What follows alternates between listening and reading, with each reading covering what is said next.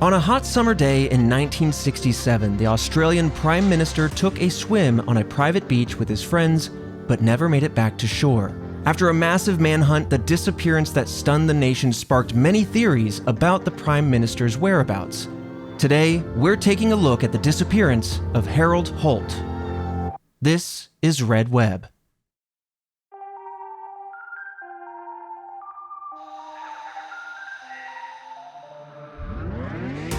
Welcome back, Task Force, to another episode of Red Web, the podcast all about unsolved mysteries, true crime, and the supernatural. I am your resident mystery enthusiast, Trevor Collins. Joining me hearing this mystery for the very first time, Alfredo Diaz. Oh, disappearances, man. I feel like those are always the most mysterious for some reason. I feel like they always lack the when, where, who, how, and just troves. And it's the kind of mystery where if I get any little crumb, I'm excited because I don't expect to know too much, right? You could just up and leave and take a car somewhere, pay someone $1,000 at a coast and get on a boat and just go somewhere, and people be like, I don't know where the hell he went. I mean, listen, I'm gonna call it out. Christian, once again, put another tally down for the gut check. This man's got the soothsaying foresight ability, okay? X gene waking up. Again, I think you're increasing your fortune-telling range from 3 minutes to 3.5. It's getting stronger. Dude, the Sentinels are just going to bust through my door out of nowhere. You've been doing your reps, so your strength is increasing. Listen, so we've done a disappearance recently, and so I don't know if I'm on a disappearance kick or something, but I agree with you. There's something morbidly fascinating about the disappearance of individuals because sometimes they disappear in thin air, leaving no clues behind. And there's something so fundamentally human, I don't know, just in my bones that I want the answer so badly. But the reason why we're covering this one, it's so different than the true crime one that we talked about recently, Amy Lynn Bradley.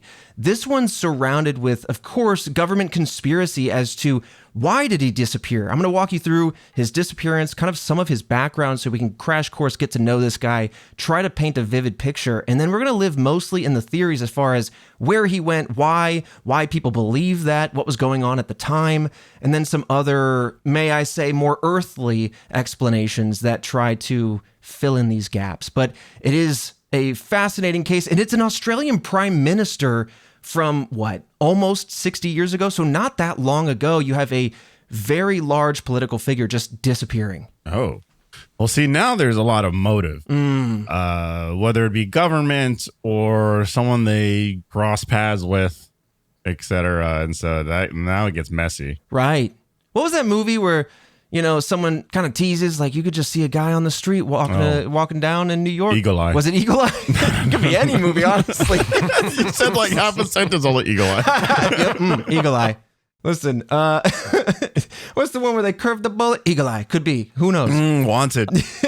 But I don't know. There's so many assassin movies where people are just walking down the street, somebody bumps into them, and then 3 seconds later, they plop down on the ground, and it's just this stuff happens in these 60s spies era. Who knows what kind of nefarious devices are out there? Yep.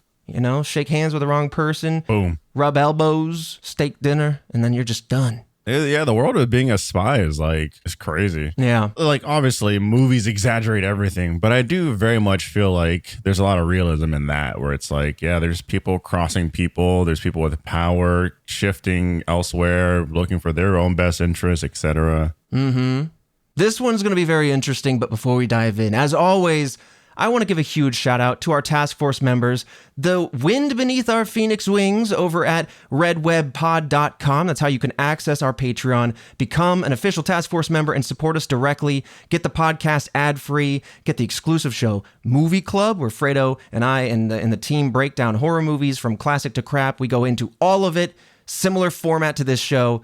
We have the Discord with Discord events, all sorts of goodies. We do have our exclusive Discord event this Wednesday, January 22nd, 2025, from 12 to 1 p.m. Central Time. We like to move the time around. That way we have varying accessibilities to people around the world. But join us by going to redwebpod.com, sign up on our Patreon. It is an exclusive benefit just for supporting us, so thank you so much, and we'll see you there. We're looking over all sorts of UFO footage, debunking it, question marking it, validating it, question mark? Is there going to be fishing line? We'll find out. Join us on Wednesday. But that's what you get over there. Shout outs to Buff Minds, Ernesto, Deathlike Crypt, Brad Budd, and of course our monthly Squonk shout outs, just to name a few. We got Broman, Clint from PS3, Tucker Did It, B-Wick, and Brett O'Mura. Thank you guys so much. redwebpod.com. Fredo, with that, let me take you back to the 60s.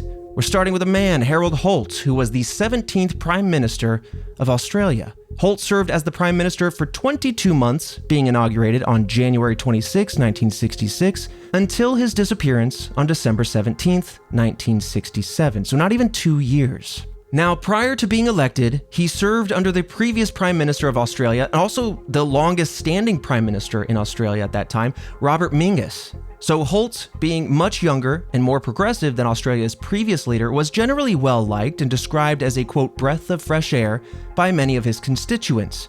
Holt served as a leader for the Liberal Party of Australia, and he was elected unopposed as the Liberal Party leader and won the general election by a landslide against Labour Party leader Arthur Calwell. So this is basically painting a vivid picture of who he once was as a leader, because I kind of want to lay some of this political groundwork. Right. You know, when we get to the theories, we need to look at all these little motives. Who's after him? Yeah, right. That's going to come into play in like a theory, if not a handful. I mean, it's politics. Politics are messy. They're sloppy. It's a circus. People tend to be pretty, I guess, like general term, just bad or scummy when it comes to politics. pretty bad. It gets pretty scummy. Even the people that are like, it seems like it's always choosing the lesser evil. Sure. Right? Because it's just, yeah. I mean, but then again, also at the same time, it's like you have how many powerful people coming at you at all angles with money at all times. It's like, ugh, it's just gross. It's very gross. And I don't know if it's growing up and paying more attention and becoming more politically literate, or if it's just the times and things are changing, because, you know, the times, they are changing always. Right. But man, if I could just go for another boring generation of politics, could I just get some boring out here? Yeah. Do you feel like it's never going to be that way now because of social media? That's a great question. Right. That is a very valid point to be made. Yeah. You know, because the exposure to everything is at an all-time high, but also, double-edged sword, the exposure to misinformation and active disinformation is at an all-time high. Yeah. So I don't know, man. Yeah. That's a gnarly question, but you're onto something. So that's Harold Holt in a very quick nutshell. Now, around 12 p.m. on December 17th, 1967, Holt decided to go swimming at the Cheviot Beach, which I have a picture for you, and this is in Port C, Victoria. So this is the first image. Task Force, as always, on our social media at RedWebPod or on the YouTube upload. Yeah, so once, wow. I mean, like, I guess, like, if you're a politician, you're not just going to go swimming by yourself. There's a lot of people. There's a lot of people. This might be part of the search at Cheviot Beach, but this kind of gets you an idea of what the shoreline looked like. You're not looking out into the water as such, but to give you an idea of kind of the area. Yeah. Okay. You got like it seems like a cliffside and everything. Yeah. Okay. Lots of people on the search. Absolutely. You can tell kind of by the roughness of the beach. It's not like one of those sandy beaches where you lay down your towel and sunbathe. No, not at all. Very rocky. Honestly, a little bit familiar or similar to San Francisco. Yep. Very rocky beaches. Yeah, exactly. I was saying, those are not pleasant beaches, and it's cold as hell all year round. Like I said in a previous episode, I stuck a finger in the water there in SF, and that's as far as I went. That's as far as you really need to go. And then every once in a while, you see a surfer, and you go, "Damn, they must be cold as hell. How insulated is that suit?" How many suits you got on? Probably 15. Right. Listen, there's a reason why Alcatraz was out in those waters, okay? Oh, that's true. Yeah, hell no, you ain't swimming through that. Or are you?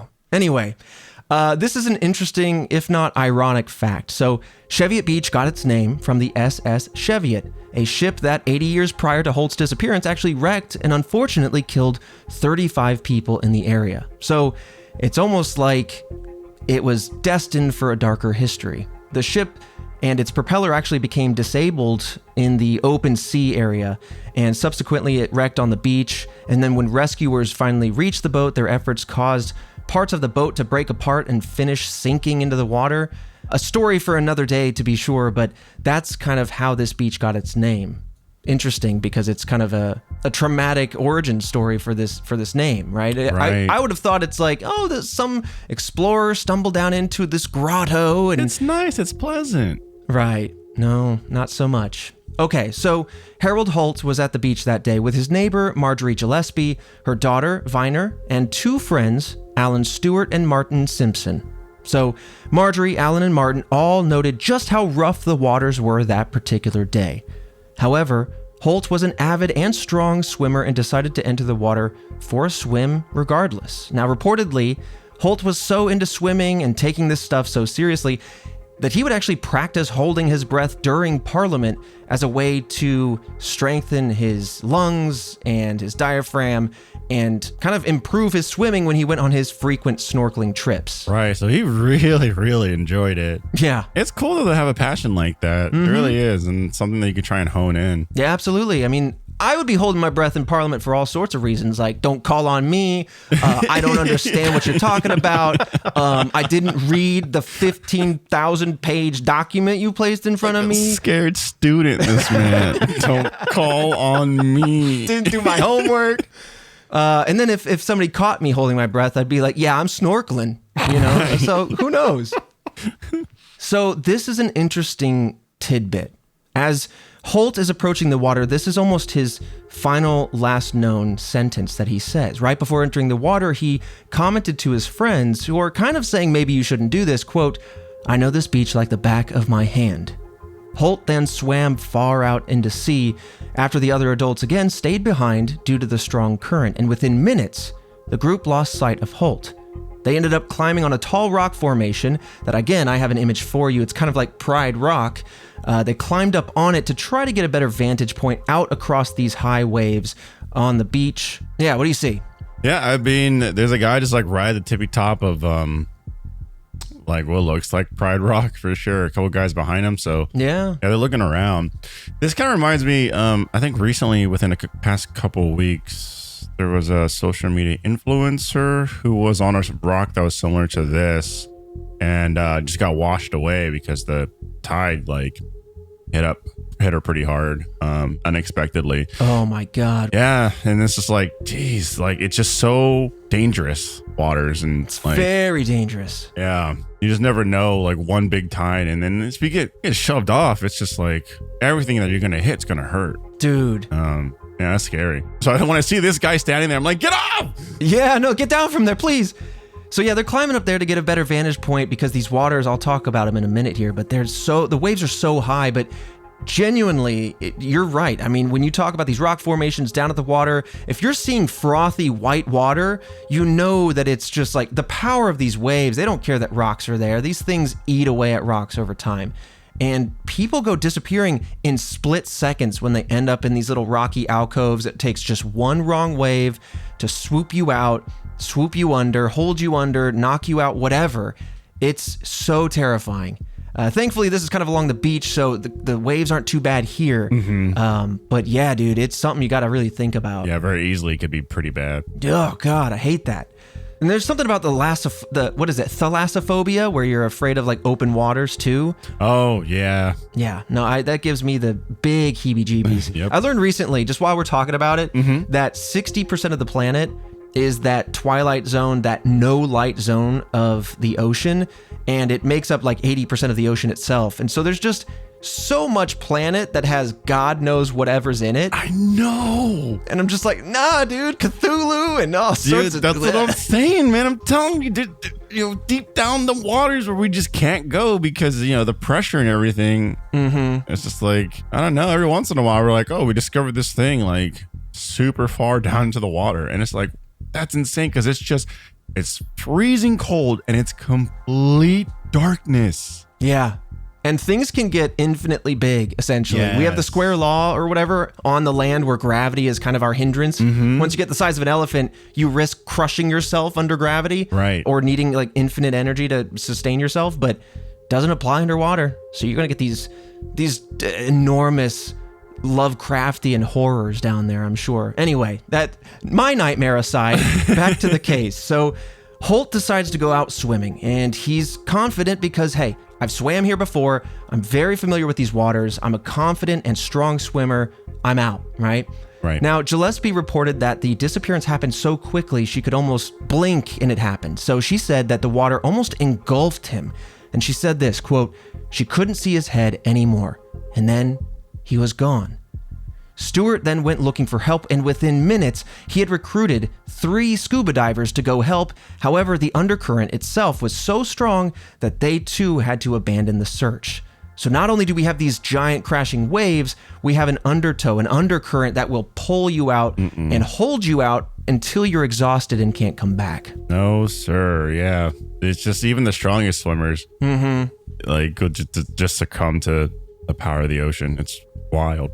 Yeah, man. I mean, you got to learn how to see these riptides from the beach, you know. Yeah. When the waves aren't breaking like they are across the beach, you might be at a riptow. It's going to pull you out, all that sort of stuff. But search and rescue, man, I am so impressed. So we have these 3 scuba divers. I should say that's what I'm impressed by. They found 3 scuba divers. They got out there, tried at least for a little bit, understood that it was too dangerous. Search and rescue teams were then deployed within the hour. Also pretty impressive. But again, the heavy current and the thrashing waters made their efforts extremely difficult. The waves were so rough that for safety reasons, the search could not carry on long into the night. Of course, right? Visibility low, waves going crazy. They decided to halt shortly after. Darkness fell, and we tried to look up when that specific time would have been. Photos do show that at least they searched a little bit into the night, sometime after sunset, which would have been, by my searches, around 7:42 p.m. local time. Okay. Which would give about an 8-ish hour window from the initial going out to swim to the almost closure of that initial search. So I want to talk now more specifically. I'm kind of alluding to these waves, but the conditions themselves were compared to that of a washing machine, of all things. Okay. Per ABC News. I mean, they were reporting on people recalling the waves were as high as 6 to 8 feet. Jesus. That is hard to really put into something to understand if you're not familiar with waves. But let me say this, for context, an average surfer, you know, they might surf waves from 2 to 5 feet tall. And you can see pictures of people surfing, and that's not something you want to just casually be swimming in. But this area, it's worth mentioning, is familiar with decent waves, rough waters, undercurrent, but these were particularly dangerous this day. Now, the next day, in the early hours of December 18th, ABC reporter Peter Baster was on the scene, and he told viewers, quote, there is now a firm realization that there is no hope of finding Mr. Holt alive. 2 days after the disappearance, on December 19th, 1967, Harold Holt would be presumed dead. In January of 1968, a joint report was filed by the Commonwealth and Victoria Police stating that, quote, there has been no indication that the disappearance of the late Mr. Holt was anything other than an accident, end quote. Now, this is important to reflect on because we're about to dive into the theories. And due to the ongoing Vietnam War and the tense political climate, again, time is a cycle. Things repeat. Right. Things get tense, things relax, back and forth. Maybe they're always tense. I don't know. But President John F. Kennedy's assassination was just 4 years earlier. So many are beginning to think maybe Holt's death was not accidental. Maybe there was something more intentional at play. Right. It's one of those things where it's like, oh, he accidentally fell down a flight of stairs onto some bullets. Oh my God. It's like, It's like, I don't know. He likes to go out swimming.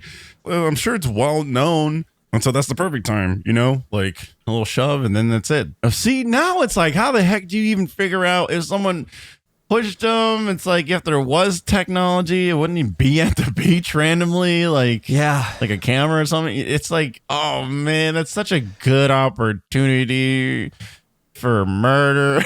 It really is. And it's just like, damn. Yeah. I mean, again, officials at this time are saying, listen, these waters were terrible, okay? We can't stress enough, they're kind of implying, that this seems nothing more than an accident. But again, you know people, I've told you enough conspiracies and enough theories and enough this, that, and the other to know exactly where we're headed. Now, I do want to say before we dive into the theories, despite persistent search efforts, Holt's body was never found. The official search was called off on January 5th, 1968. That doesn't surprise me. How the heck are you gonna find that? It's like it's the ocean's body now. You know what I mean? Like probably got unfortunately thrashed around, sent out to sea, Maybe it's sunk. I don't know, like Right. at that point. You're not really gonna have a beach for it to wash up on, I don't think. Right. Especially, I think you're totally right. I think if there's an undercurrent of some kind and it's pulling somebody out or even a body out, who's to say, right? Yeah. It's kind of like that story. I don't know if you ever heard of this. I think it was along the Californian coast, for goodness sake. But there was a beach for some amount of time where shoes were washing up with feet in them, but no bodies. What the hell? And Christian, remind me, or maybe do a quick Google search, but I mean, it had a pretty mundane answer, which was that, either a ship accident happened or somehow like some bodies entered the water somewhere in the world, and due to complex current systems in the Pacific Ocean and then fish kind of feeding on these bodies, right. What was left when it finally landed on a shore were just feet in shoes. Oh my God, that's crazy. Yeah. But as Christian maybe looks into that, because it was relatively recent memory, maybe a few years, of course, this wouldn't be Red Web, and it wouldn't be an episode of Red Web if a man swam out to sea and simply perished, even if he was such a prominent political figure. Where this case really starts to open up is in the theories, as I've indicated, ranging from both the conspiratorial to the mundane, each attempting to fill the gaps as to what happened to this very important political figure. Why would he suddenly disappear, as if overnight, doing something that they were at least moderately trained for and very passionate about? Though it must be acknowledged, even professional swimmers would experience great difficulty in 8-foot swells in open waters for a prolonged period of time. You're gonna get tired. But before we dive in, Fredo, you've done this show now for over 4 years. Yeah. I want to know what your gut check is saying. You've indicated a few things, and I think you're on the right path towards what we're about to cover. But what do you feel is going to be the most prominent answer? I feel like the most prominent answer actually might just be an accident. They're a politician, but there's nothing that has kind of alluded to like any major friction. Yeah. You know what I'm saying? Like, it's not like there's one person and him we're beefing for 10 years. Like, exactly. That's totally right. And also the fact that he won in a landslide and he basically was unopposed within his party. I'm like, okay, well, he's got no like tense political atmosphere here. There's not like the people are up in arms or, Doesn't seem like he's got true enemies. Obviously, this is only going off of what we've been talking about, but that's kind of where I'm laying myself out right now. Yeah, totally fair. And I think just from what we've covered, that would make a lot of sense. But I might start shifting your mind when we start talking about this first theory. But before we do, Christian, any word on the shoes?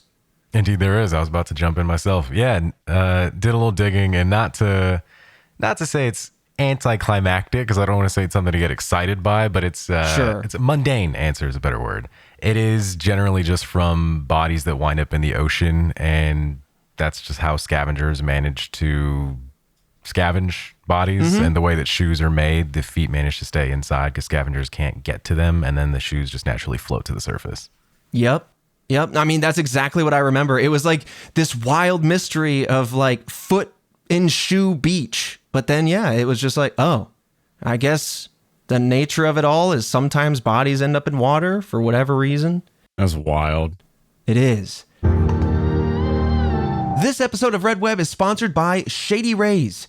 Get ready for the season ahead with quality shades built to last. Our friends at Shady Rays have you covered with premium polarized shades that won't break the bank.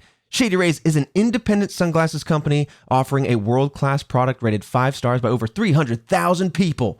Plus, if your shades ever go missing or take an unexpected hit, don't sweat it, okay? They have the most insane protection plan in all of eyewear. Every pair is backed by lost or broken replacements. If you don't love your shades on day one, you can exchange for a new pair and return worry-free within 30 days, baby. I wear Shady Rays all the time. You've heard me talk about them in the past, and the summer is coming. Listen, I know we're in the breadths of winter. They've got rays for the skiing times and the slopes, but you know me, I like my walks. I like to go outside. So I'm just manifesting summer now, okay? So I go on my walks, I wear my Shady Rays, and they got different styles for different outfits and every occasion, which is super nice. Exclusively for you, Task Force members, Shady Rays is giving out their best deal. Head to shadyrays.com and use code REDWEB for 35% off polarized sunglasses. Try for yourself. The shades rated 5 stars by over 300,000 people. Use code REDWEB, 35% off polarized sunglasses. This episode of Red Web is sponsored by Rocket Money. The start of the new year is the perfect time to get organized, set goals, and prioritize what matters most, like financial wellness, which feels more important now than ever, if I'm honest. Thanks to Rocket Money, those goals can be achievable. They show you all of your subscriptions in one place and help you easily cancel the ones that you've forgotten you've paid for all this time. Rocket Money is a personal finance app that helps find and cancel your unwanted subscriptions, monitors your spending, and helps lower your bills so you can grow your savings. Rocket Money will even try to negotiate lower bills for you. They automatically scan your bills to find opportunities to save. Then you can ask them to negotiate for you. They'll deal with customer service so you don't have to. I really enjoy this app so much because there's so many trials and subscriptions I've forgotten about. And the fact that I can see it all in one place, they'll negotiate things for me. They'll help cancel things for me. I just love that. Monitoring all that in one place has been a dream. Rocket Money has over 5 million users and has saved a total of $500 million in canceled subscriptions, saving members up to $740 a year when using all of the app's premium features. Cancel your unwanted subscriptions and reach your financial goals faster with Rocket Money. Go to rocketmoney.com/redweb today. That's rocketmoney.com/redweb. rocketmoney.com/redweb. All right, let's talk about theory number one. One of the most popular theories surrounding the disappearance of Holt was that he was an active Chinese spy and had been for the last 30 years. Oh. This man was a tenured Chinese spy.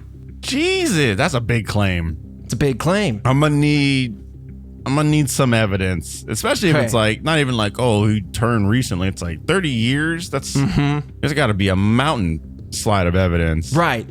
Get me a photo, a document, a dossier, and one McDonald's order that proves that this man, sorry, it's Australia, Macca's. I see you. Okay, so it was theorized that Holt had not drowned that day, but instead had been either pulled underwater or in some way carted off to a nearby Chinese submarine. Of course, you know me, I was very curious, and I wanted to see if there were any witnesses in the area that reported a submarine or weird nautical activity. And of course, we couldn't find anything like that. But when looking a little bit more into at least this coastline, there's a lot of nuance to be sure. We're not whatever it studies a shoreline. It appears that a sub could get maybe within a few miles of the shore before being detected. And so it's a heck of a journey from where he disappeared to this sub. But again, this is just my curiosity coming into play because that's a big ask to get a Chinese submarine nearby. Yeah. I mean, I don't think a Chinese submarine could just pull up, you know? Like, Right. You can't just pop open that hatch either. You gotta surface. So this theory originated from Ronald Titcomb, a businessman and former Australian Navy intelligence official. 6 years after Holt's disappearance in 1973, Titcomb was in Iraq on business. There, he claimed a comment was made that a, quote, high-ranking Australian, end quote, had sought asylum in China. He claims that this so-called high-ranking Australian must have been Harold Holt, and that he needed asylum after operating as a spy for the Communist Party in China for the past 30 years. Now, these rumors were spread further when in 1983, 10 years after he claimed this story, English author Anthony Gray published his book, The Prime Minister Was a Spy. So in this book, Gray goes on to detail the claim, essentially saying that after serving 30 years as a spy, Harold Holt faked his own death to live out the remainder of his days in Beijing. Now, I want to take a closer look at the story and its claims, because, and I must provide a caveat here, I'm going to dive into this, and I don't want to dive in with the pretense that these are all well-founded. This is complete hearsay. There's no evidence to really back all this up, but they are very specific claims, and that's why I was like, hold on a second. Does he have any sources? Can he point to anything? Right. And it all seems to be his experience, or what he's heard, or what he's seen. That's what I thought. I mean, that's a pretty big claim coming out of left field.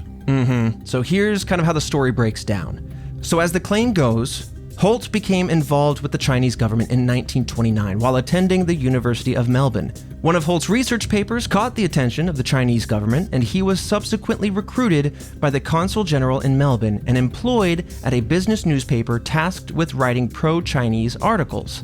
In 1931, Holt became an agent for the intelligence group of the Chinese Nationalist Party and was given a handler based in Sydney. someone to kind of supervise, make sure he was staying on track, all that stuff. Yeah. Okay. In 1935, Holt was elected to the Australian House of Representatives and was intended to be a sleeper agent, but was deemed too valuable. Flash forward to 1952, he was then contacted by an agent for the Chinese Nationalist Party and was paid £30,000, which by our calculations with inflation and everything is roughly 1.36 million US dollars today. And he got that money to continue spying. However, it is said that Holt voluntarily deactivated in 1954, reportedly because he has sympathized with the Communist Party, and so he kind of said, I'm ending this spy endeavor, I'm kind of cutting ties. I mean, like, naturally so, but like, it seems so convoluted. You know what I'm saying? Mm-hmm. Like, this happened and then that lined up with this, and like, spy stuff is never straightforward, right? It makes your head spin. Like, it's a good story, but it definitely seems like a story, Mm-hmm. And especially coming from someone's like, this was his experiences. Right. And then he said, not enough of that. I wasn't paid with enough macas. Exactly. Not enough burgers on the job. Turned around, walked away, didn't look back when the explosion hit, and he threw on his shades. Yeah. Yeah, I mean, I'm very curious. It does seem like it's a wild story that pins down some of his actual job history, but then adds this veneer of spydom over top of it and acts then to, add some motive and some other things, but it doesn't end there. So he says he disconnected because he was sympathizing with the Communist Party. But then, flash forward 3 years in 1957, Holt actually resumed spying once he discovered that the Nationalist Party agent that he had supposedly been in contact with, this was the guy he left because he's like, no, I'm pro-communist, you're nationalist. Well, apparently, this contact was actually, secretly, double agent, part of the Communist Party. Wow. So he's like, I'm back in. Okay, you never told me you were cool like that. Twist within a twist. Right. So now you know it's a good spy story. Oh, man. I mean, that's what I'm saying. It sounds like a good spy story. Mm-hmm. So he's back in the saddle, but this time there's a caveat. From here, he did spend the next 10 years apparently passing secrets on to the Chinese government. But this caveat was that he needed to implement an escape plan should he ever be discovered. He's like, all right, if I'm coming back, we need a reason to pull me out if I get caught. And that's laying the groundwork for how he disappeared. Now, in May 1967, that full 10 years later, Holt believed the Australian Security Intelligence Organization had caught on to his espionage, leading to Holt then faking his own death later that year in December. And so that's kind of the theory in a nutshell, the story in a nutshell. But it is worth mentioning the wrinkle of the theory. The book was widely criticized upon release and was found to have multiple factual errors, okay? It was known by many individuals, especially those close to Holt, including his own biographer, Tom Frame, that many of these claims went strictly against Holt's own beliefs. So, for example, we're saying that he left the Nationalist Party spy thing because he was communist and he came back because he was communist. But right. Holt was known to be anti-communist. He was very loudly and proactively anti-communist in his actions and the way he was in private quarters when talking to people. The money he reportedly received, I mean, again, in modern currency, $1.36 million, never reflected in his lifestyle or the purchases or the things he owned. That's the way you gotta do it, man. How many times we hear about like these robberies and all of a sudden they try and offload it right away, or their spending gets crazy. I'm like, just gotta look. You keep living the life you got, and then you just don't gotta worry about money. Exactly. More criminal tips from Alfredo. Yeah, God damn it. Someone's gonna write a handbook and then someone's gonna write a handbook and slap my name on it. I'm like, no, they're not approved. They're not approved. Oh, just filled with your quotes out of context. Yep. But I mean, you're totally right, though. When millions of gallons of liquid gold in Canada go missing, when all the syrup goes wrong, exactly. But then three dudes roll up in new Jays, you're just like, okay. Yeah, man. I'm like, whoa, that's not the lifestyle you were rocking before. What the heck is going on here?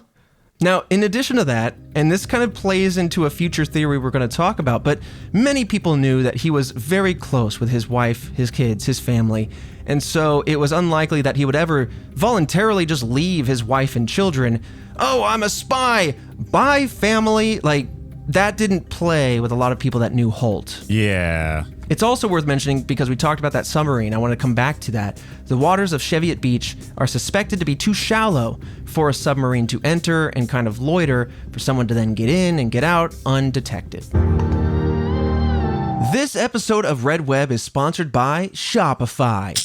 It's 2025 and a new year means new opportunities. One of those opportunities, Task Force, I hear you calling? Starting a new business, that's right. And Shopify is here to help because the best time to start your business is right now. Shopify makes it simple to create your brand, open for business, and get your first sale. Get your store up and running with thousands of customizable templates, no coding and design skills necessary to make this happen. All you need to do is drag and drop whatever you like, and their powerful social media tools let you connect all your channels and create shoppable posts and help you sell everywhere people scroll. Shopify makes it easy to manage your growing business. They help with things like shipping, taxes, and payments, all from one single dashboard, allowing you to focus on the important stuff like growing your business and not getting bogged down in all the administrative stuff that can get kind of confusing. Task Force, what's going to happen if you don't act right now? Are you going to regret it? What if someone beats you to the idea? Okay, don't kick yourself later on when you hear your idea blasting off at the speed of sound because you didn't do anything right now. With Shopify, your first sale is closer than you think. If you didn't know this, Red Web, myself, we actually used Shopify in the past for our storefront, and I really enjoyed the experience. It made it so simple to put the store together with the merchandise and everything and make it look exactly like we wanted to, so it fit within our brand.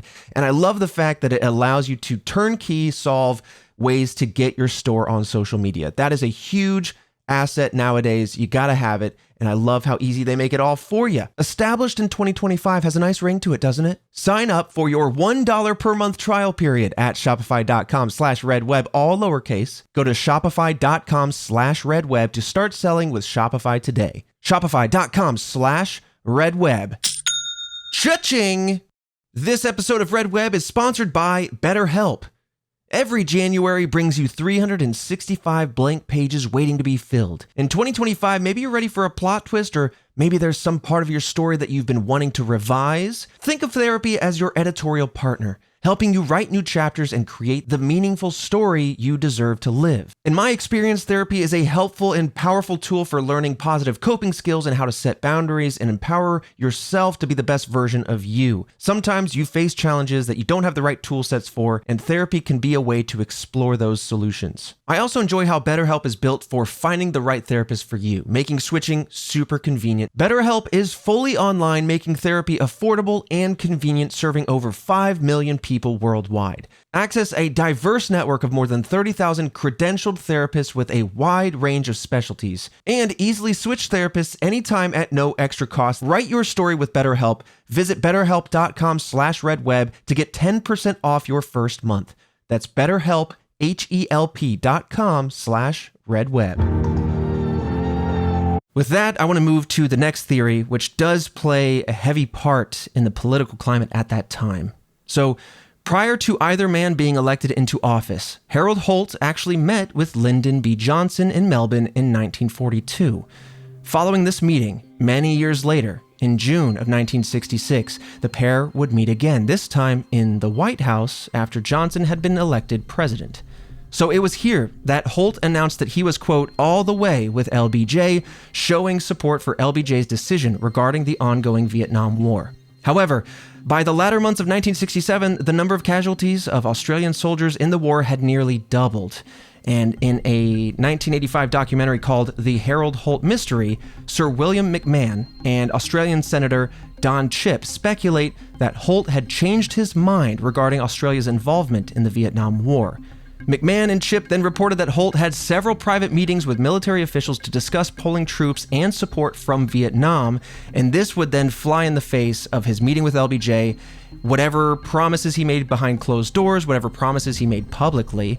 And so, from that theoretical friction, some speculate that This caused the CIA to launch a covert assassination attempt on Holt to prevent him from doing just that, from pulling his soldiers from the front lines and leaving the United States with this cataclysmic Vietnam War messaging issue, violence issue, all the wrappings that went into such a heated war. Yeah, I mean, it's a good spy story. It's a good, like, another good one. Another good one. You know, the government like shut them down and got to them and covered it up. Yeah. Mm-hmm. I mean, look, I'm sure a ton of different stuff like this has happened just this year from the government. You know what I'm saying?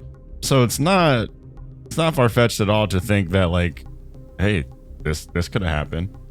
Yeah. Then again, it's like I'm looking for a little bit, a little crumb, you know, just little crumbs. Just a little nibble. How are you going to get that, though, when it's just like the dude liked to swim. He went to go swim. He didn't come back, you know? Right. I mean, I'm with you, theorists. I feel like you're trying to get into something. You're not wrong to connect some of these dots. Well, maybe, okay, you're not wrong, but like you're connecting some dots. The CIA has released some documents and declassified things that definitely make you raise your eyebrow.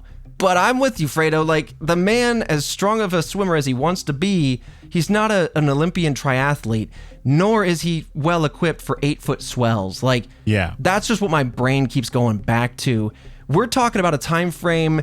We're approaching the 70s. We're talking about ice bullets and heart attack guns from the CIA. Mm-hmm. That sounds like way different than, yeah, we'll coax him out into the water, and there we'll have Scuba Steve waiting underneath in the murky waters to pull him under. Scuba Steve just waiting there. He's got 2 tanks on him. He's been waiting there for hours, just waiting for the right time to jump out like a shark jumped out of Samuel Jackson in Deep Blue Sea. Mm-hmm. Yep, you didn't need to credit it. I know. No, you can't fool me. I know that's Eagle Eye. Yeah, I know that's the Eagle Eye spin-off. Yeah, that shark is AI.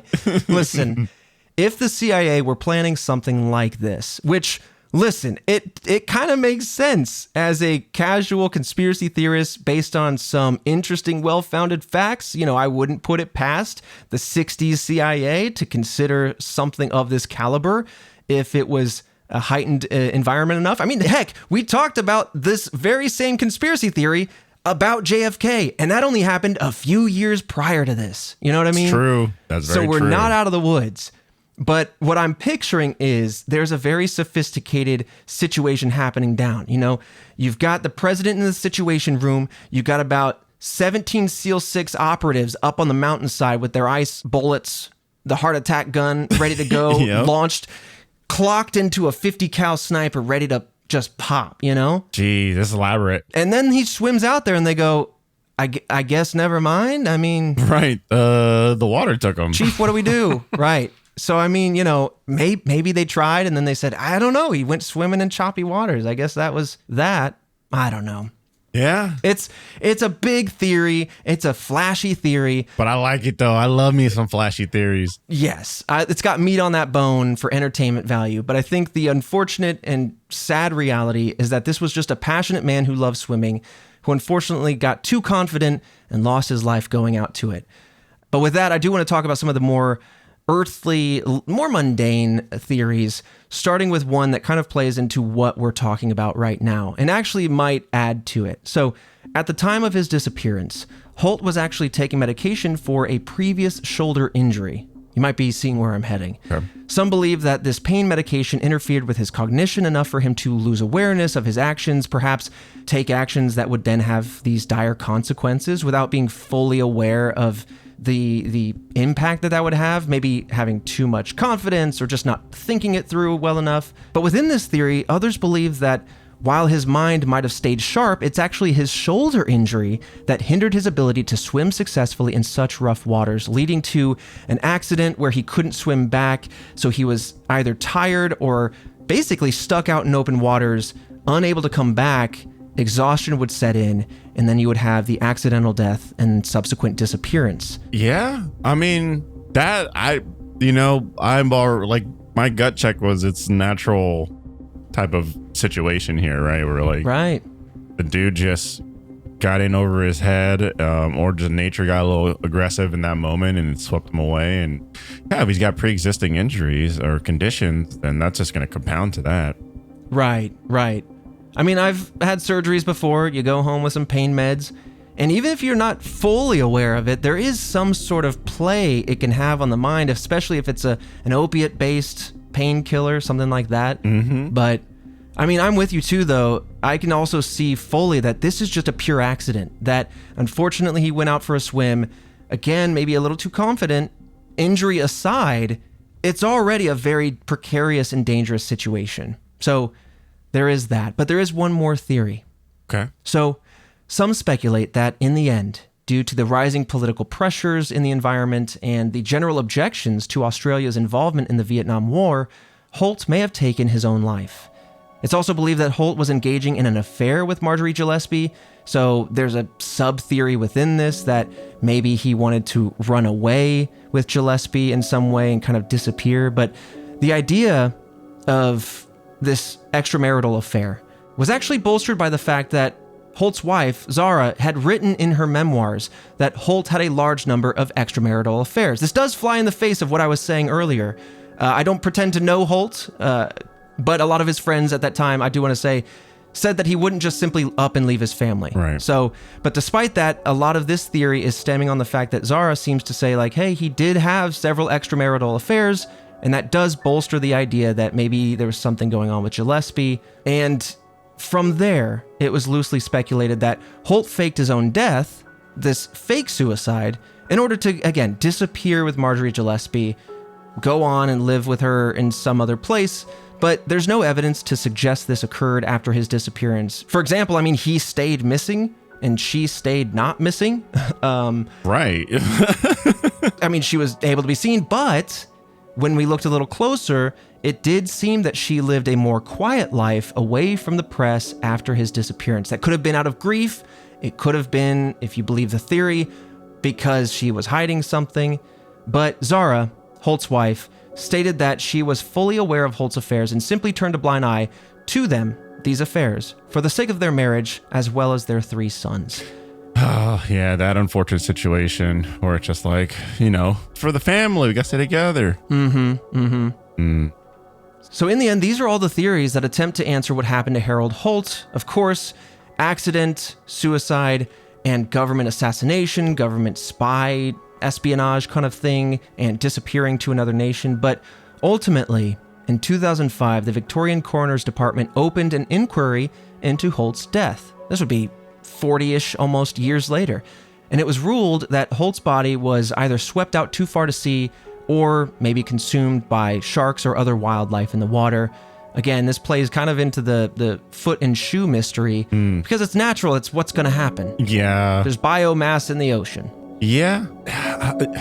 Yeah, see, the thing is, like, again, there was really no evidence that his wife was also running away with him. Right. Or his friend, his female friend. Yeah, his female friend, yeah. Except for her being at the beach, but so were a couple of guys, Yeah, and thus leaving his family and stuff. Right. Yeah. I mean, it's a mystery, And then when you have a politician, it's like, oh, man. Which, the thing is, like, we all love listening to this because it's like, what are the fanciful theories, Exactly. They were a spy and it went down this way, or like there was an affair and they went down this way, or like, they betrayed their country. And it's like, there's so many entertaining ways that you could spin like a politician going missing like this. Right. Especially in this heated environment, right? Politically speaking. Oh, most definitely. But at the end of the day, it's like, what if they just actually went missing? Right. I mean, it is part of the almost public grieving process. How does one accept death? How does one accept that, Holt was widely considered to be Australia's first modern prime minister. So even though he spent 22 months in office, the fact that he won in a landslide, the fact that he ran essentially unopposed in his party, the fact that he didn't really have a lack of support by his constituents showed that, like, there was somewhat, dare I say, like a love there, or at least a support, right, by the citizens. Mm-hmm. And so how does one come to terms with the fact that someone that you lean on, someone that is so big, that they can just simply disappear or simply fall prey to an accident? it's too simple, I guess, or it's too scary, because that can then happen to anybody. Right. But that's reality, you know? Like, no one is immune to death, and no one not at all is safe from just the accidents that can happen in life. Exactly. So I think that it's natural for people to want to go like, no, there's got to be something else, right? There's got to be, and I understand that, you know, I think it is fascinating, and I think that helps fuel it. But yeah, I'm with you. I think that this case is just truly unfortunate. A man went out to sea, had an accident, and that's the end of that. But you know, I can't help but acknowledge some of these very, very interesting stories. Yeah, there's a lot of very interesting stories and cool ways to spin it, but yeah, I don't know. It was like a submarine from China rolled up like close enough where he took a boat out, and then he did they got him out. It's like, yeah. I just think that, like, you know, he loved getting into the ocean, and his passion took him. Mm-hmm. That's what I like to think. But no, I think that makes a lot of sense. But who knows? Indeed, right? An alien comes down, you know, I'm gonna run at it. My passion will light me up, and but you'll know what happened. Because I'm telling you now, I ain't coming back. I'm going with her. I'm going with her, Mom. I'm going goodbye. I'm coming.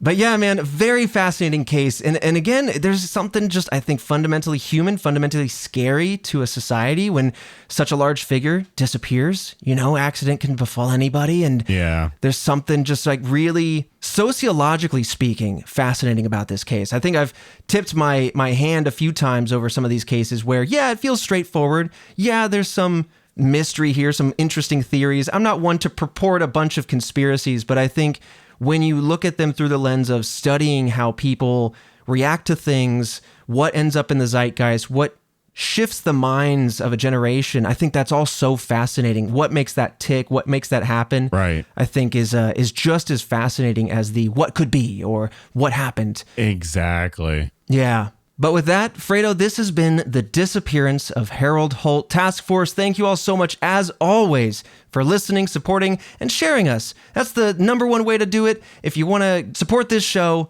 there's a lot of ways, right, Fredo? You can review this show. You can share it with friends and family and loved ones, people that you want to indulge in these mysteries with, the what could be, the what has been, the what are. Oh, yeah. Aliens, they are. But there's also, of course, store.redwebpod.com. You also have redwebpod.com itself, which is our Patreon page where we have monthly store discounts depending on the tier you're at, all sorts of goodies. Fredo, tell them a little bit about Movie Club. Yeah, Movie Club. As you know, you're listening to this podcast. We reference movies a lot, like we did Deep Blue Sea. So many movies today. So many movie references. Was it Eagle Eye was the other one? Yeah.